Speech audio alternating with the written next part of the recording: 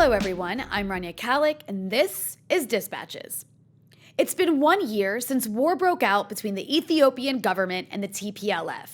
As the TPLF, which initiated this war, advances towards Ethiopia's capital, prompting the government to declare a state of emergency, the war isn't only escalating on the ground, but also on the internet and in the media.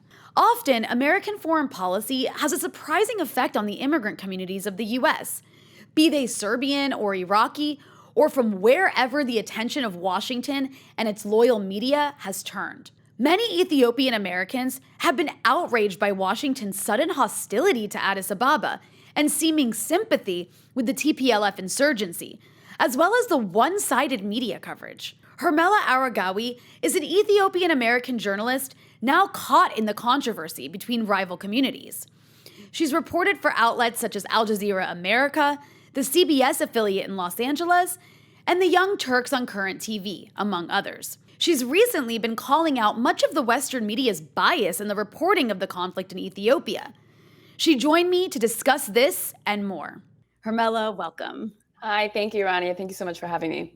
I'm so excited to have you on. You've been, all over the place talking about this issue. And I guess before we get started, actually, I do want to give a reminder to our viewers and listeners that you can listen to every episode of Dispatches anywhere you get podcasts. And for our listeners, you can watch every episode on the Breakthrough News YouTube page. Be sure to subscribe. And of course, you can support our work at patreon.com/Breakthrough News. And now to the topic at hand. Hermela, before we get into the biased media coverage and the nature of the TPLF and also some of the controversy you've been dealing with personally, as you know, November 4th is the 1-year anniversary of the war in Ethiopia. And as we reflect on what's transpired over the last year, it really is looking to me like the U.S. is supporting, or at least optics-wise, it looks like the U.S. is supporting some sort of violent coup by the TPLF, which, as we know, ruled Ethiopia quite brutally for 30 years. Until they were pushed out in 2018. And now, they've launched this violent assault that has, they're moving south towards the capital, all in an effort to basically regain power. And the U.S. is punishing the government with sanctions and suspending them from the African Growth and Opportunity Act, all basically for fighting back. So, to start it off, can you briefly tell our viewers on this 1-year anniversary of the TPLF attacks on the Ethiopian government's Northern Command Base, what was the significance of those attacks and what has happened over the course of the year to bring us to this point today where there's talk of Addis potentially falling to the TPLF? Yeah, well, that initial decision a year ago to attack the Northern Command has had devastating effects. It was a really bad move that did not consider what the people were going to go through because of it. Initially there was some debate about whether they attacked the Northern Command, but the TPLF actually admitted it. They just justified it as a preemptory attack, and that started a war, which was clear to the majority of us. But in terms of the Tigrayan activists and the TPLF, they started calling it a genocide, that this was not just about the TPLF leadership that the government was trying to fight, but about the very people in that region, which happened to be mostly ethnic Tigrayans. And I happen to be ethnic Tigrayan. TPLF stands for Tigrayan People Liberation Front. They were originally started about 50 years ago for that cause, but they have strayed from that initial cause for a very long time.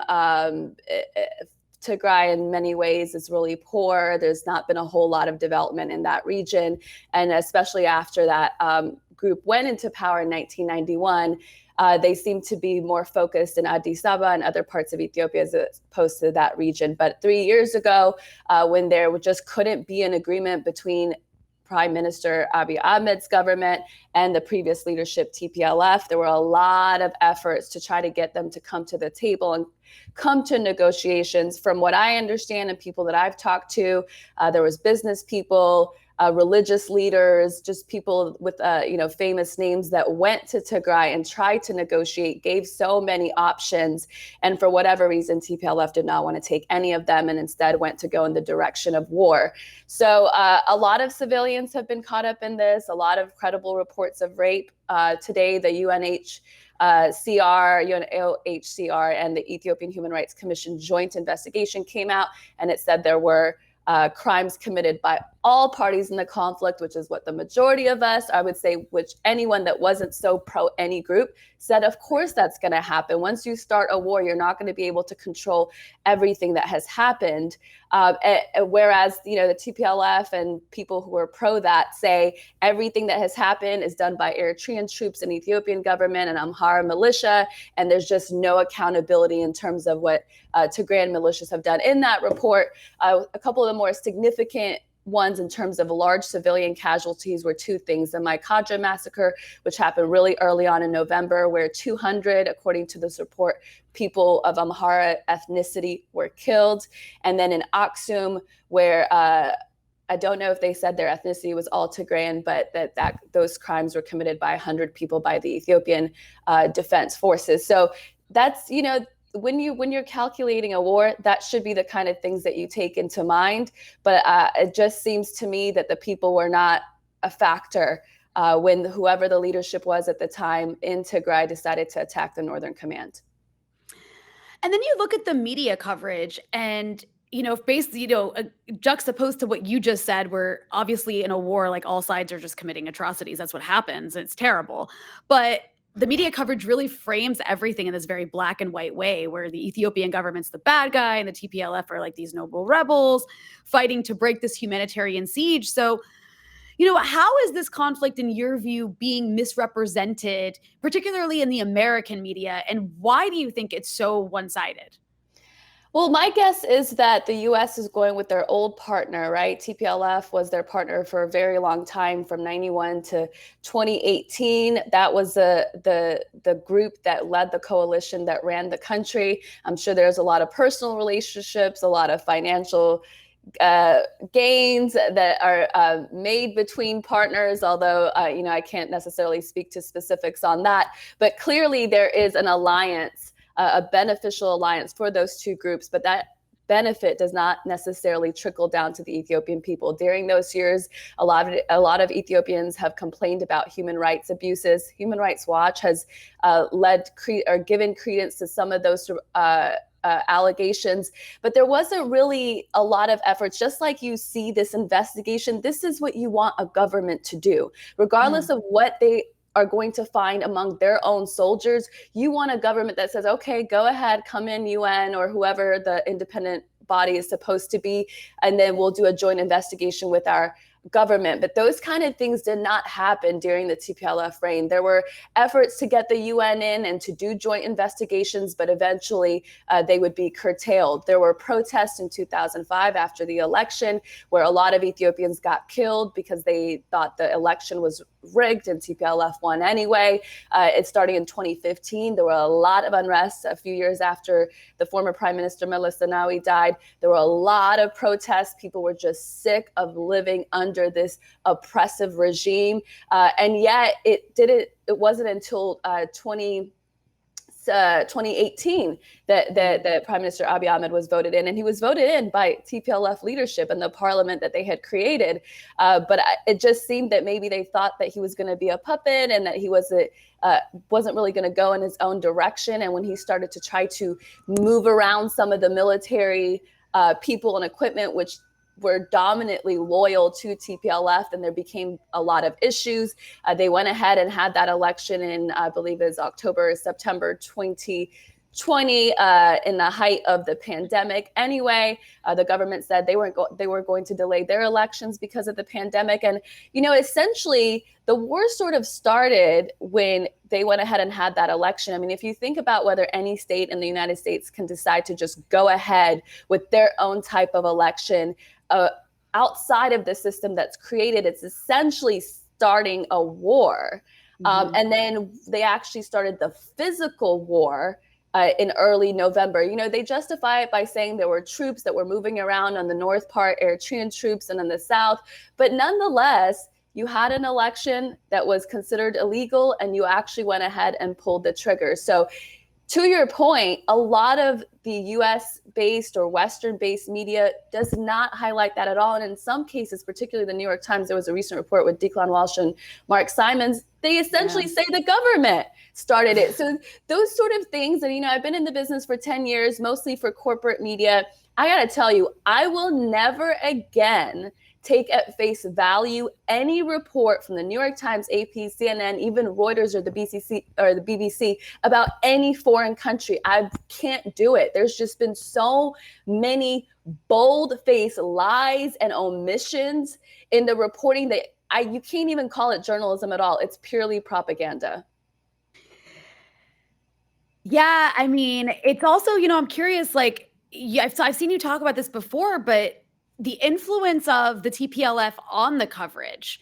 And I'm curious, like, if you have anything to say about the influence of fixers, like me, myself being in the Middle East, I've seen this issue at play before where fixers do have a lot of influence over how reporters end up covering a story. And I have seen reports that the TPLF has quite a little circle of fixers that a lot of these journalists who visit the areas actually end up working with. So and not just fixers, I mean, in the US itself, like what is the role of the TPLF when it comes to the media narrative? Are they influencing it? Oh, absolutely. They seem to be the only ones influencing it. So one of the things that gives me an advantage in terms of perspective is in the beginning of the war, my mom happened to be in that region. She lived in the States for 26 years and had gone back as a PhD chemist to help the university in Mekelle do some research. So I was particularly invested because of the communication blackout, and I was really trying to do as much as I can, work with humanitarian so-called activists, which ultimately ended up being pro-TPLF activists. So I'm very much aware how the information gets through. Literally, activists get a picture or a video or information from TPLF officials there who have satellite connections. And that is what makes it into CNN and makes it into New York Times. CNN's Nima El-Bagir, who I've had the chance to talk to once when I was considering potentially going to the refugee camps in Sudan. She's very close with the head of who's a TPLF member himself. A lot of the contacts that she wanted to give me to get information on Sudan were literally TPLF affiliated folks. So when you see her report, it shows. There are no reports on CNN about the Tigrayan militias moving into the Amhara Afar regions and killing a bunch of people after the government declared a ceasefire after June. There are no reports of Tigrayan militias or Tigrayan forces or TPLF officials committing any crimes. It just can't be true, logically speaking. It doesn't take a genius, right? It can't be true that this war is started by this group and that they're not responsible for any crimes and are always victims in every scenario, right? And so what makes this also frustrating is, though, because I am ethnic Tigrayan, people are particularly upset about my questioning and having this perspective, because this country has, and people blame TPLF, and it may not be true that their blame is all on them, but you can tell, it's evident that the lines are really drawn. All Tigrayans appear to think this way, although there's a lot who also speak out, and then they actually can't speak out. Even me being in the United States, so-called free, etc., whatever, right? Me asking those questions literally got a swarm of people from across the world to try to intimidate me to stop. So I can't imagine what people in the country, or particularly in that region, they're not able to question the decisions that are being made that affect them. Yeah, and I actually would like to I'd like you to elaborate on that a little bit. I think it's really interesting, your perspective on this conflict, especially given your background. You've talked about how you had a bit of an evolution on this. So where did you start when this conflict began in terms of how you viewed it? And then why did it change? So you've sort of alluded to that, but it would be interesting to kind of hear your trajectory. So part of it is, admittedly, I did not pay attention to some of the abuses by TPLF for the majority of those 27 years. Part of it is I was a child. Part of it is that I grew up in a very apolitical household. It was intentional that I didn't get caught up in politics. It was intentional that I didn't start to look at people from Ethiopia by ethnicity. It just was not a thing in my life. And I think also, too, people are afraid to speak out, even in the U.S., because a lot of them were expelled or they left as asylees. So even if they, are friends with me, they're not necessarily speaking to me about that stuff. And I wasn't necessarily looking for it, or I wasn't looking for it beyond the CNNs and New York Times and the APs, which I just thought were legitimate sources of information. So a lot of what I was seeing was, the fastest growing GDP, Ethiopia is growing, which it looked like it was growing to me, because when I came to the States in '94, it was on the heels of the communist war that ended up being pretty bloody, and the famine, etc. And then after a while, people are more talking about artists and some growth and people coming back to Ethiopia. So one, it was the ignorance, right? Just the not knowing. And then two, the government is not best at communicating. Like that's just not their strong suit. They've gotten a little bit better, but they tend to speak to the Ethiopian people as opposed to an international audience. So a lot of Ethiopians know, like they know what TPLF's past is.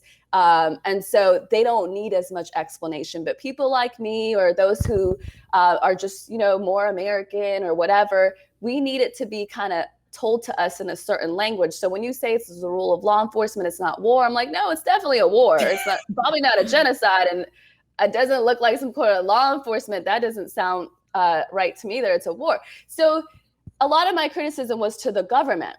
And then over time, working with the activists and seeing that people were not always into the humanitarian help element. There were a lot of organizations, diaspora organizations that were trying to send a lot of supplies, insulin, basic things, and they had to work with the government at the time, right? I mean, it is the government still, as far as I know, but definitely at the time they were in Tigray. And so there was this sort of, I won't say sort of, there was intentional effort to say, nope, don't go with those groups. They're working with the government. Just send the money to this group or the other. And that group or the other was not being held accountable. They wouldn't tell you where the money was. So you can guess that a lot of it was either going to Tigrayan activists or it was going to all the way there to Tigray to fund the war. I mean, I talked to someone that talked about trying to smuggle some things in Sudan. And I literally was like, I do not want to know, like, please, like, I do not want to get wrapped up in this. And those were the kind of moments that were like, okay, I have to disassociate myself. I mean, I was already asking a lot of questions and people were joking, saying like, you're a banda, which is a term for somebody that doesn't kind of follow the group's thoughts and process. And so a lot of people will tell you, I was already asking questions. I just wasn't publicly asking them. So you see that the activists, and they're not all about humanitarian aid, even though they're saying genocide. I thought the genocide term was used way too early. I thought a lot of the reports about the massacres, although I admittedly shared some of them, it was just like, how are we getting all this information corroborated during a communication blackout? Like, It's just being pumped out with names and ages and very specific. And then over time, I saw, I saw that they would count the number of civilians, but they would never tell you how many soldiers. I talked to someone, or a family member talked to someone who said that he was sent into war, Tigrayan, with 3 other people, 1 weapon. He was the only one that survived. So when you look at decisions like that, you think, okay, so those civilian deaths that are supposed to make us think that this is a genocide are actually deaths of soldiers who were not properly equipped, right? Yeah. And then so it was things like that that made me really question the other side. And then I finally just fell back, wanted to see how things would go. The other thing too is, on one end, people will say genocide. On the other, they're like, get them, like war, like we're winning. Like, It's just like, okay, it can't be both. Like either you're a victim of genocide or you're a warrior fighting a war. So it was things like that that really disgusted me. And then it turned into a lot of like hating other ethnicities, don't talk to Amharas, get rid of all your friends, which literally on video, some of the leaders have said that. Wow. And then I think the breaking point for me was when the federal government actually declared a ceasefire at the end of June, and then the Tigray forces did not. And I thought, we were all, I mean, not me per se, I'm not necessarily like a protester, but we were all saying, say no to war all this time. And this opportunity came to actually accept some sort of a peace negotiation, and they did not. Instead, they moved into the different regions and thousands of people died. So that was when I was just really kind of disgusted, and I would say I turned in some ways. And then Ethiopian New Year came. I posted the Ethiopian flag. That's early September, and people lost it. This is the flag of a genocider. Are you supporting genocide? And I thought, you know what? This has just gone too far. You guys have been unchecked for too long. The only people that have been able to check you are people that are just considered Ethiopian and not Tigrayan. And then all the media is corroborating these these claims that you're making. And now you have just gone too far to think that you can now police me using the Ethiopian flag. So That, if that explains a little bit, was kind of my Yeah. evolution. No, it's actually what you're saying is so interesting because it reminds me a lot of Syria, actually. I mean, Syria was like a Mm, longer and way more brutal war. Um, but a lot of like the kinds of patterns of you have an international network of activists and like this, they're pushing information that isn't corroborated and they're throwing around genocide and all kinds of terms that also aren't corroborated. And then if you post the mhm. flag, they get really mad. Like that Interesting. You know is what's so interesting? Like, because I started to talk to people from different places, and now it's so interesting to hear you say that about Syria. I've talked to someone from Haiti who's like kind of does the work that we do in terms of, like storytelling, really trying to tell it from like a real perspective. And when Mm. she tells me some of the what happened to Haiti, it literally is like a formula. Yeah, it It's is. a It is. formula. And yet when it happens to our prospective countries, we're like, oh, this is the first time this is happening. Why is it happening to us? Like, so it's very interesting. I mean, I don't know what it will take for us to make it like, really broadly known that these are just a tactic so that every time it comes up, you can have other support. Like I want to be able to speak on Syria or speak on Lebanon or speak on Haiti. I don't want it to always just be, about Ethiopia because it doesn't really serve all of us in the way that it should. The other thing I will say about some of the gross inconsistencies is the whole humanitarian aid blockade, which the report today found there was no evidence of intentional trying to keep humanitarian aid from civilians in Tigray, Yeah. you know? And it's like, when you continue fighting and then expect unrestricted humanitarian aid to go into that region, it's just insane. It's not rational to accept that, right? But they Yeah. still had a lot of checkpoints the government did to let a lot of aid trucks in, and still all the main Western media stations would keep calling it a blockade, the government's blockade. And mid-September was like the sort of another aha moment was when UN Ethiopia, to quote Oprah, I guess, UN, I didn't realize I just said that. So UN Ethiopia said, 466 trucks had gone into Tigray since mid-July, and most of them did not come back. And then the Ethiopian government said they suspected it was being used for TPLF logistics, and then the Tigray spokespeople said it's because of not enough fuel that didn't come back. I thought, wait, like you're not gonna just at least lie and say they came back? Like you're saying it's because of fuel? So I was like, this can't be true. You're talking about the United Nations. They're not going to it's not like us like driving on the highway, forgot to fill up our gas, and then run out in the middle of the highway, right? These are institutions that have been doing it for a long time. And the way they do it is they send the trucks, and then with the trucks, they send fuel tankers.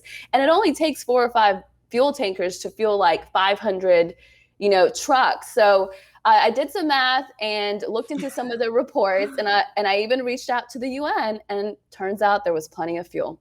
And then in the same time, you'll see video on Tigray Media House and Tigray TV of these trucks, and you could see the logo in a couple of them that are transporting soldiers into the Amhara and Afar region. So the government was not blocking aid. We can say that confidently. And they were not trying to restrict. I mean, they're almost like, in my opinion, they were too nice, right? Like, Yeah. this region is fighting you, and you're still letting hundreds of trucks. I mean, I'm glad that they're doing it. It probably saved a lot of civilian lives on one end, but it also killed a lot of people on the other end, right? So it's very it's hard to know what to do with some of those decisions on the government side too. Yeah, 100%. I do want to actually get back to the aid issue, but I wanted to ask you about, because I wanted to ask you about the Ethiopian American community in general. I'm curious how it's affected the Ethiopian American community. Do many of them feel like their government in Washington has turned against them? And the reason I ask this is because, again, like you were talking about some of these other countries, I've kind of seen that same pattern happen with certain communities when their country is being targeted by Washington. Yeah, absolutely. I'm not so much involved in politics, but I do talk to people that have been in it for a very long time, that work on local elections, congressional elections. And yeah, they feel like they did all this work to elect Democrats, thinking that they would be in their best interest domestically, and not thinking that they would go against them in their countries of origin. But yeah, there's a lot of talk about feeling betrayed by the Biden administration. There's a Virginia is it congressional? I have to go back and look. Governor's race. Governor, I governor, only yeah. know because I'm from Virginia. Oh, are you? Okay, you're from Yeah. Virginia. Perfect. So reason to pay extra attention, right? So Yeah. they were able to actually turn that seat Republican, but because they get the sense that at least with Trump, for whatever reason, there wasn't this much interference from the US on the side of TPLF, right? So it's a very interesting dynamic. Because, just broadly speaking, people of color tend to vote in the direction of Democrats. Yeah. But then when you see that, okay, it might seem good to us here, but it's really damaging to our people back home, there's a lot of disappointment, I think, is what it is, because a lot of people are very active. They give money, they do what they can, they campaign, and there's a sense of why not just support the government that's trying to be the government of all people, instead of supporting this thing that we already know way too well and that we suffered under for far too long. And so that's kind of the general feeling. Yeah. Well, so I wanted to ask you about the hashtag No More campaign that people of the Horn of Africa have initiated this month, and you've been a part of this. Can you explain to our listeners and viewers, what is this No More campaign and what's its purpose? So we started No More in November to say no more war, no more false narratives that support killers over victims, no more media bias that helps deconstruct and break down foreign countries, no more ethnic divisions. A lot of the things that Ethiopians and Eritreans and people of the Horn, and apparently people from a lot of other different countries have been through. It's 2021. It just seems ridiculous that we keep turning to war to resolve conflicts or resolve political conflicts. And often it's not because they're necessary wars of resources or whatever the case it used to be in the past. They're wars that are really fueled by the international system of so-called analysts that predict the worst, so-called journalists that lie about who's the killer and who's the victim, that lie about or that tend to support entities that are trying to break down an democratically elected government. And it just seems, so unnecessary. There's so many people that are killed. There's so many people that suffer and are displaced all over the world. And we just want to say no more to all of those avoidable problems. Well said. And I want to talk to you, Hermela, about the backlash, because not to make it like too just about you, but I think this is important because it speaks to something like broader about this issue. Is, since coming out publicly against the TPLF's tactics, you've been the victim of a pretty vicious defamation campaign, which has included threats against your life, from what I've seen. Mm-hmm. And so I'm curious, what is it like as a Tigrayan diaspora activist to challenge the TPLF and what I've seen you call the Tigray genocide narrative?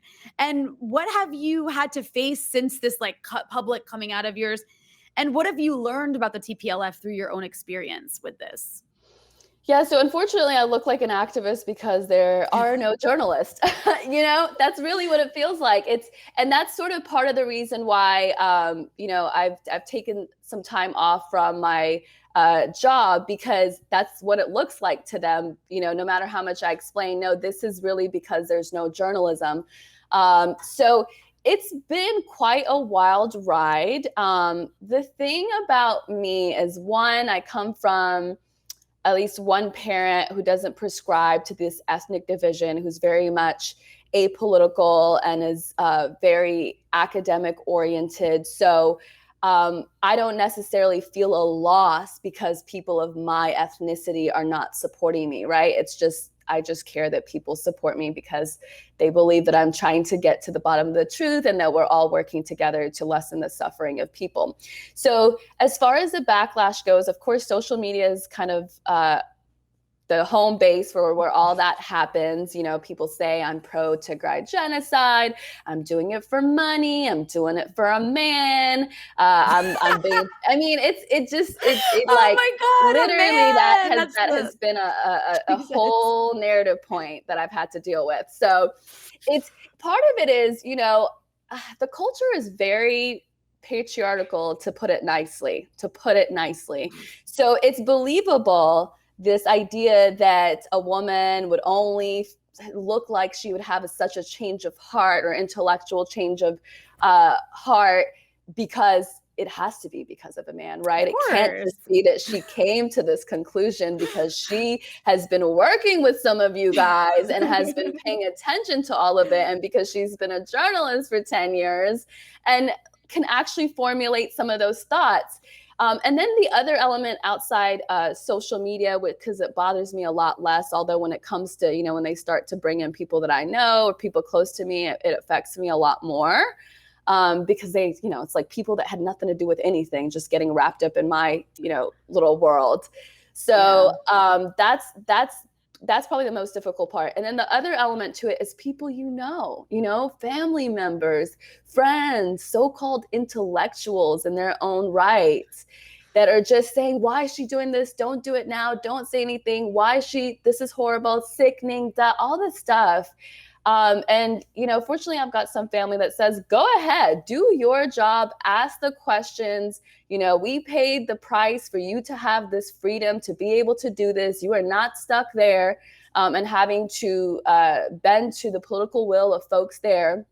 So that's been encouraging, but I do avoid talking to a lot of people because I did spend a lot of time with some folks in the beginning thinking, this person's a good person. Like, they'll consider some of these things, right? And it's like, no, they've been so propagandized to think this is all about ethnicity. Anyone that's dying it's because it's worth us dying, because this is about, holding on to the race. I mean, it's primitive, honestly. It is so primitive. Like, this does not reflect the majority of our experiences. A lot of us are friends with Ethiopians of all backgrounds. People like me didn't even know. And a lot of Tigrayans will tell you this. I mean, they said it among the activism.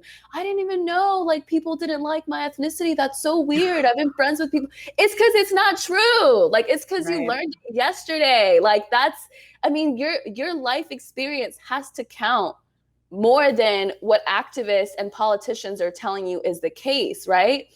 And so, and beyond even like Ethiopians, like, people like me, like, I've got friends from all backgrounds and, here living in the US, people that have helped me that are, of all backgrounds, that have hurt me of all backgrounds. So it's just a really primitive idea. And I find it really difficult to talk to some folks when that's kind of their premise to even have a conversation. And there's conversations you'll see on like Clubhouse and different platforms like that, where I've been in these rooms that are mostly Tigrayans, and then they don't even get to ask questions. They basically are told, do you believe this is a genocide? And then if someone says, well, okay, but what I want to know, nope, you've got to say it's a genocide first.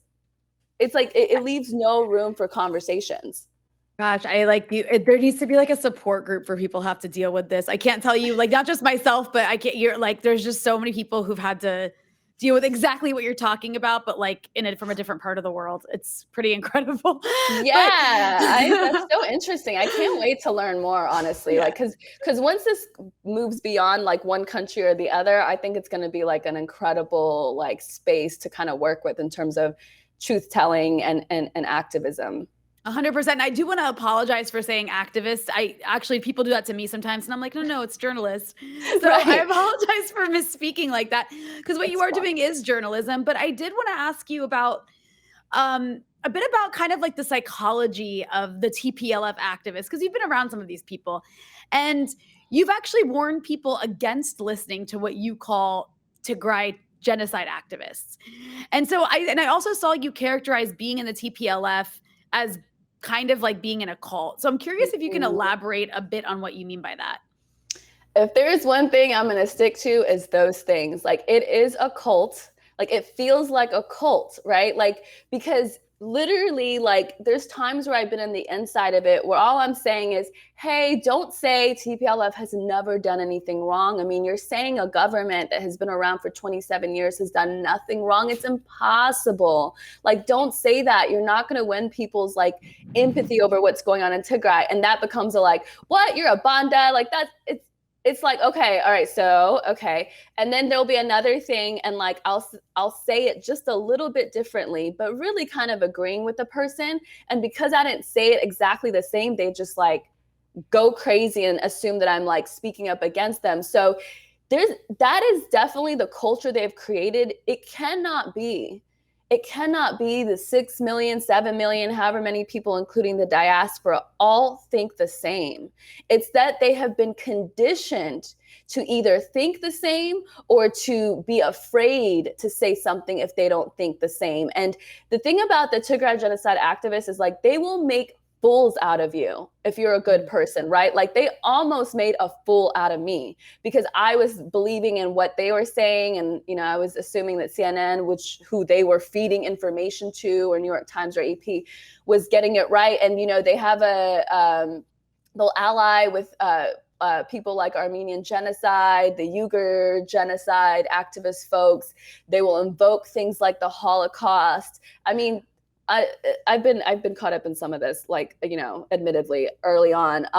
So it's like they will make fools out of you if you don't start questioning it, because their narrative is so black and white when the truth is the leadership or some of the leadership that they are supporting actually started a war. And so therefore, in my opinion, is responsible for the majority of things that happen in that war. You know, when you start it, it can't be 50-50 accountability. Like there has to be some more accountability on the entity that chose to start it. So you know, they entrap people. Like one of the ways that they do that is, for example, like me, like if I did not kind of wake up, like I would be in the position where I would have gone so far down this road, it would be like really difficult. I would do it because that's me, but like it would be hard to backtrack.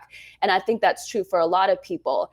And then the other thing they'll do is like, you know, in Addis, they'll say like when they so-called captured Mekelle or the government left, whichever one is more true, they had people celebrating like we're winning. Same is true when recently they got into Dessie and Kombolcha. They'll have people celebrating and they'll say, hey, take videos of, you know, Debretsion or Getachew Reda, the spokespeople, take videos. They're going to be on this TV channel and send it to us. Or, you know, people will celebrate in Addis. Next thing you know, they get rounded up, because they're literally celebrating the downfall of the country that is giving them everything they have right in that moment, right? It's like even in this, you know, so-called free country of the US, if they're fighting an entity and you're celebrating that entity that is fighting the country, you're going to go to jail. Like, I don't know why people want to hold the Ethiopian government to a standard that almost nobody in this entire world, no government in this entire world does. So if you're celebrating when you think the government's losing, which is something that's, you know, fed to them by officials and activists, then they go to jail, their businesses get shut down, and now they become invested in TPLF winning because they screwed themselves up. You know, they got messed up because of it. So it's really like a full entrapment. I actually I'm glad you brought that up, because I wanted to ask you about it, a bit of what you just mentioned, because currently, for those who aren't aware, you know, the TPLF is on an offensive trying to capture Dessie. I'm not sure if I'm pronouncing Dessie and Kombolcha, these two major cities in the Amhara region, and they've gotten, you know, with plans to capture the capital. And it's still unclear if they're even going to be able to. I'm not sure how much of that is like psychological warfare or if they actually like may do it. I'm not sure, but you know, like you mentioned, these Tigrayans that are actually living in these cities, they've actually lived peacefully alongside Amharas for many years. But of course, in spite of that peaceful coexistence, there are these emerging reports that you just kind of alluded to of these Tigrayan sympathizers inside these cities, not just celebrating, but actually assisting the TPLF, who themselves, of course, are allegedly fighting alongside mercenaries and receiving satellite support from the US, allegedly. But what are your thoughts on Tigrayan sympathizers of the TPLF in places like Dessie and Kombolcha? And what advice would you give them, knowing what you know today about the TPLF? Yeah, you know, there's a couple of ways I process that. On one hand, it is so disgusting to me. It is so disgusting to me that you would turn on neighbors that you've lived alongside for a very long time for this political group that has likely done nothing for you, right? Like, and that will likely do nothing for you later. Like they're just using you for this moment and that's it. So that's one element of it. The other, and I feel that same way with some of the diaspora folks. The other way I look at it is sometimes I think, how much of a choice do these people have? Some of them. Are they being intimidated? You know, if you don't want to do it, but your neighbor does it, now you look like you're not with them, and they're telling you they're Mhm. gonna win and they're gonna get back at you. They're vengeful. That means there's plenty of example of that. I mean, you could see it. So this is way different than, people getting killed there for not doing what they want to do. These people went after my job. Like, there literally was a petition immediately after I Oh asked yeah, a I few saw questions. this. Yeah, a Yeah. petition saying, I won't say the company's name, but you have a pro-genocide reporter, and you need to fire her. Like, maybe like got 10,000 signatures, and then there was an opposing signature saying keep Jesus. her. Yeah, yeah. Like 10,000 people thought their political perspective was important enough to try to destroy my career. Like, that to me is like an exemplary of what kind of culture and society has been created by this political group. And then, there was an opposing petition that got more like 50,000 signatures, but it's neither here nor there. But I say that to say, like, I don't know what people in Desay or Caboolture or any other part, what they're facing, what Tigrayans face if they say, no, I don't want to be a part of this.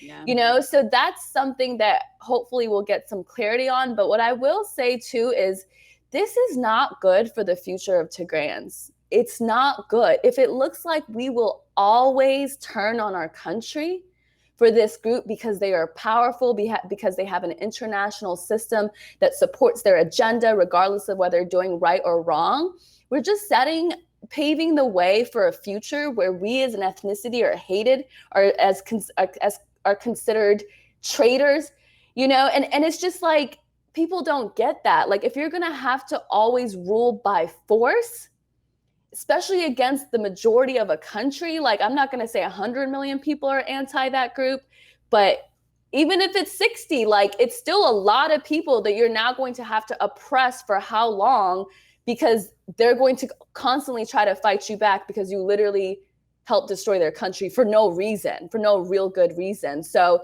that's sort of what I think. I mean, well, you'll have people here like Tigrayans that are here because they're like left the war. They're being supported by Tigrayans because, maybe they don't have a work visa or whatever. They can't work. So then they're like, again, they can't think independently, even if they wanted to, or they can't express it. So it's a very locked in system that has so many different elements to it. And that's why you don't see a lot of Tigrayans speaking out. That's tough, man. I mean, the other thing, I wanted to ask you about, what you had started talking about earlier, is the issue of aid. Mm-hmm. Because of course, one of the big things that I think it was like one of the first things that you kind of publicly said that got, this sort of mob after you, Mm-hmm. was that you spoke out against the issue of aid and who's blocking it, and sort of the weaponization of accusations like genocide and famine. And we've seen media reports, of course, accusing the Ethiopian government of preventing aid to intentionally cause famine and suffering, and weaken their TPLF opponents. But then we also see accusations from the Ethiopian government that it's the TPLF that's to blame for blocking the aid. You talked about the aid trucks earlier, and the UN even said, like you mentioned about the aid trucks, that like, dude, we sent fuel with the aid Yeah. trucks and never got them back. And then it was also, interestingly enough, like USAID accused the TPLF of stealing their aid. And then there's also, the issue of this new report that came out, which you mentioned as well, which was this UN report that was in collaboration with this group formed by the Ethiopian government to address or to investigate human rights violations. And in this report that I think, it just came out like yesterday or today, it actually didn't accuse anyone of causing a famine. Mm-hmm. And I actually saw that there was no accusation of genocide in this report. It was a very long report, and it was pretty detailed. And you mentioned some of the massacres that were detailed in that report, but I didn't see genocide and famine in there. So I guess, what do you think is happening here with the weaponization of these claims? And, is the TPLF like blocking aid, or is this just an issue of, it's a war? And because what seems to be the case when I look at it, and what you see happen in a lot of wars, which you also mentioned, is like, if people are fighting, it's Mm-hmm. really hard to get aid in. Mm-hmm. Yeah, I mean, The way the narrative of famine and aid has been used in this year of war literally makes me question everything I've ever known, including Yeah, the right. last time that Ethiopia, or that I think I've known, the last time that Ethiopian war and there were claims of famine. Like, really, like when you see how blatant the lies are, like we know for a fact that the government was not blocking aid. Why? Because the Tigray leadership admitted to those 500 trucks coming in. I mean, when you Mhm. think about 500 trucks, like it's like you say 500 and it's like whatever, right? But it's no, that's a lot of trucks because they have to go in and they come back out and they got to go in and take more aid, right? So if you hold them hostage for 2 months, and it ended up being more like probably 800, if you hold them hostage for 2 months and then you're crying about the government blocking aid, it's like, you're a liar. Like, I don't know how else to say it. This is part of why I'm going in the direction of independent journalism, because I feel like part of what's wrong with kind of the standards of journalism is you're not allowed to say you're a liar, you're lying. Like, because it's like, you said that you got the trucks, so then why were you saying the trucks were blocked? Oh, but we need, the UN says, oh, but we need at least or we need 100 trucks a day to go in. Okay, but that can't go in when they're holding on to 500, 600, 700 trucks then, right? So Yeah. it is not true the government was using aid or using blocking aid as a weapon. Like, let's just get rid of that once and for all. And then the claim of genocide was not corroborated in the report either, because I don't think that was the intention. I mean, that was not. If the government wanted genocide, they would not be letting aid trucks in, risking these trucks coming back into these regions and actually killing people, which, if you want to criticize the government, it's for stuff like that. Like, why wasn't there? And maybe it's because the UN apparatus is too strong there and some of the Ethiopians were getting sidelined, which is what 2 UN whistleblowers essentially said and they aren't of Ethiopian descent. They were working in Addis, and they were saying the top of the UN folks were kind of sidelining the people in Addis to work directly with the people in Tigray, TPLF leaders, to deal with the humanitarian aid, which is just, if the government wanted to eliminate this ethnicity, those kind of things would not have happened. And that is why I personally think that this is going to be the lie that shames Tigrayan activists and Tigrayans for a very long time. They went out on a limb and made such a huge claim, knowing that this was a war. And they've ruined the world genocide for generations. It also just makes no sense too to me that like a force supposedly dealing with genocide and famine would be strong enough to advance on the capital. Like, it's actually absurd when you think about it that anyone could believe there's a shortage of food and fuel when like this 200,000 strong military army is marching hundreds of miles, fighting multiple battles after having been under siege for 3 months. Like, that doesn't even make any sense. But None. I'm curious, why, when we think about the American position on this, it's just been so biased and one-sided in such a shocking way, I think, for a lot of people, because Ethiopia has been such a long time U.S. ally. Why do you think the Americans have taken the position they have? And how do you think it relates to attempts to maintain control over the Horn of Africa? That's a really good question. I mean, why does America do a lot of things they do? I mean, it literally, it doesn't make sense for a country that is supposed to have the equipment and the intellect. And if you really wanted to do it right, you could. So I don't know. I mean, I know Ethiopia is a strategic country in the Horn. There's a lot of, there was a report, I think it's not Institute for Peace, not World Peace Foundation, which is Alex DeWall's hack organization. But yeah, Institute for Peace. Yeah, I just wanted to make sure I don't accidentally promote that Institute for Peace article, because that's a whole thing that oh my God. I thought it was legit in the beginning, really looking at it as a source of information. It's so dangerous, those things like that, because it's part of Tufts University in Boston. Yeah. And so, he's also really well respected in the sort of analyst community. So that's the other thing too. But anyway, you can go ahead. That's what makes this group so damaging. They get people in that are otherwise respectable, and they kind of end up, supporting their points. So they talked about this, the how important it is to the Ethiopia to the Horn, and how Arab states are involved, and Hmm. the dam is another thing, between Egypt, a tension point between Egypt and Ethiopia. Sudan's going through its different things, so it's it's very risky, I think, what the US is doing, because just like we've seen in many other places, you come in, you support your friends, your old friends, you think you can make it go a certain way, and then it takes on a life of its own that is Right. beyond what you expected, right? Like, one of my concerns is so many Ethiopians have become accustomed to blood and suffering, right? Like, what does that do to people? Like, people are going to be like, what does it do when you see like a family member that has been gang raped, when you see someone hacked? Like, this is not normal. Like, it's not Hmm. normal. Like, I know people like to talk about like Africa, like this is what they do, they're used to this. No, it's not normal in Ethiopia. Like, we're not used to this. Like, maybe in some ways a poor country, but it's not like a violent country, not people on people violent, right? Maybe state Yeah. on people violent. And then you have the extreme factions of the Oromo groups, and you don't know what they're intending to do. Just like a lot of other times, like the partners that partnered because they have a common enemy are going to eat each other up. Even Yeah. within one political group alone, they're going to start hacking each other off. Like, it's only the beginning. Like, I think a lot of Tigrayans or Tigrayan activists and even the top officials are celebrating this moment, but it's like, we're gonna see. Like, we're gonna see what you guys have created. It was absolutely terrible. And you had mentioned before these UN whistleblowers. I wanted to turn for a moment to the UN. The Ethiopian government was harshly criticized for expelling 7 senior UN officials for allegedly meddling in the country's affairs. And whether this was a wise decision is certainly debatable. However, it does seem as if the UN has been quite one-sided on this conflict, and we've seen leaked internal emails showing them to have been turning a blind eye to some of the TPLF abuses, both in Tigray and Amhara.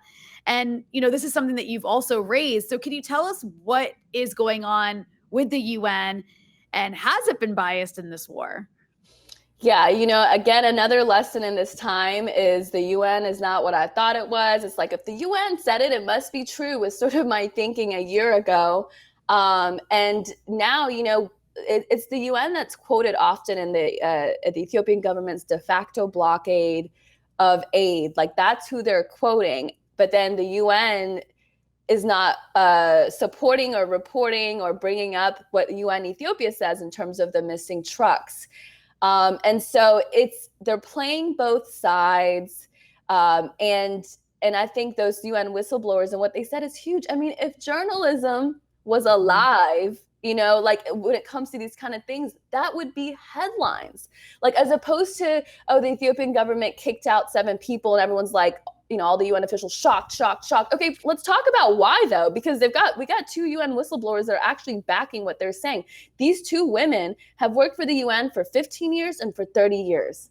Like, they're, Wow. top officials, right? So they're not some newbies, or they're not like, these are people that we have to hear when they speak and risk it all, because what they're seeing, they're so disgusted by what they're saying. As one of them said, she's never seen so much dishonesty and willful disinformation. She talks about how the top UN heads were sidelining the people in Addis that were supposed to be coordinating how the aid went so they could keep up with it, and are instead working with the political officials in Tigray. I think the secret's out, at least, for people who didn't know before. There's always going to be some rogue UN actors, and some might argue the system itself is just really broken. I spoke with actually a former UN whistleblower who was a top anti-corruption official in Kosovo in 2007, who blew the whistle on his own colleagues who were taking kickbacks from a local utility company there. And it was a 7-year legal battle, like a nightmare. Like, he lost his job. Wow. Somebody tried to put a hit out on him. And I asked Jesus. him, like, this is what we're talking about. Like, this is Earth, okay? This is the It's like a inconvenient. Hollywood crime thriller. Like, what the It's hell? insane. Like, it's insane. It really starts to just, if you go, you just wonder if it will ever be fixed. So, He said that, because I asked him, what do you think? Are protection for whistleblowers better now because they, have a policy, internal policy? He said, absolutely not. The UN is hopelessly corrupt. He literally said, I would like to take a dynamite and blow it up. Jesus. Because it cannot be fixed. Like his words, it cannot be fixed. He said, we need it. I believe in the original charter. It could do so much good, but the way it is right now is so hopelessly corrupt. And I think you just have to start over and build it up. I mean, it would not be possible without certain actors within these humanitarian aid organizations to get aid to soldiers, to get communication equipment to soldiers, which were some of the allegations of the government. Clearly they're getting help, right? Clearly this group is getting help. And it is so disappointing when you know that help is coming in the guise of humanitarian aid. One really quick point about that too, the AP's Cara Anna wrote this whole starving, like famine story with the starving kid as the main picture. And I wrote about this, and that picture said it was unanimously provided. My suspicion from a Tigrayan activist who got it from a TPLF official, because I know how this whole thing works. And she used that to frame this whole narrative about famine. And I thought we would never do this in journalism, let alone this picture with huge implications.